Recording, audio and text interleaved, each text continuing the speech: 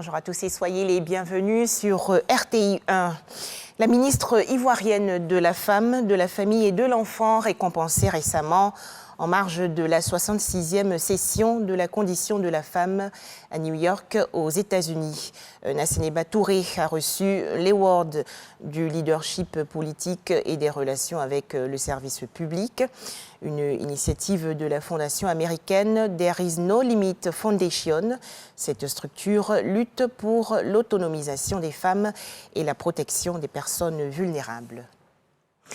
Retour en Côte d'Ivoire, bientôt des travaux de bitumage de la voirie de Lokodjro, village situé dans la commune d'Atekoubé. Le ministre de l'Hydraulique, Laurent Tchagba, a lancé il y a quelques jours l'opération, des travaux de rénovation prévus pour durer 6 mois. Toujours en Côte d'Ivoire, cet atelier est à Assini, dans la région sud du pays, pour élaborer le projet de rapport annuel de performance, le RAP 2021. Des travaux initiés par le ministère de l'Agriculture et du Développement durable. Objectif, aboutir à la transformation structurelle de l'économie agricole. Les explications tout de suite dans ce reportage de Jean-Louis Gbangbo.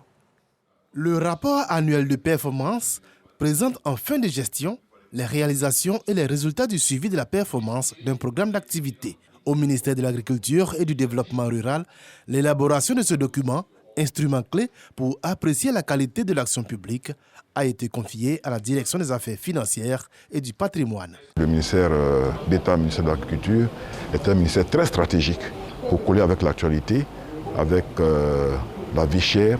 Le gouvernement déploie des montants importants pour pouvoir soulager les populations, de sorte que le panier ménagère soit amélioré.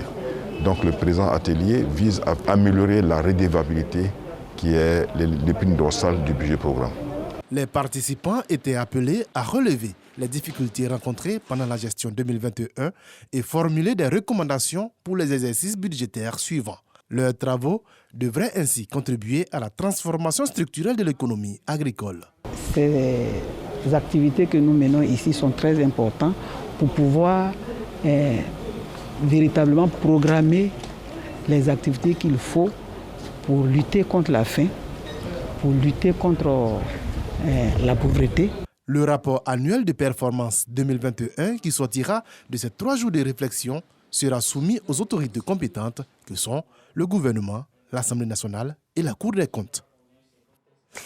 En image, l'actualité hors de chez nous. Les dirigeants rivaux du Soudan du Sud, à savoir le président Salva Kiir et le vice-président Riek Machar, ont signé hier un accord sur une disposition militaire clé de l'accord de paix de 2018, et cela après une médiation du Soudan voisin. Les deux parties ont donc accepté de former un commandement unifié des forces armées. La Chine a recensé hier plus de 13 000 cas de coronavirus en une journée, le nombre le plus élevé depuis le pic de la première vague épidémique il y a 2 ans. À noter que les autorités sanitaires ont également annoncé la découverte d'un possible nouveau sous-variant de Omicron dans la région de Shanghai, sur la côte centrale du pays.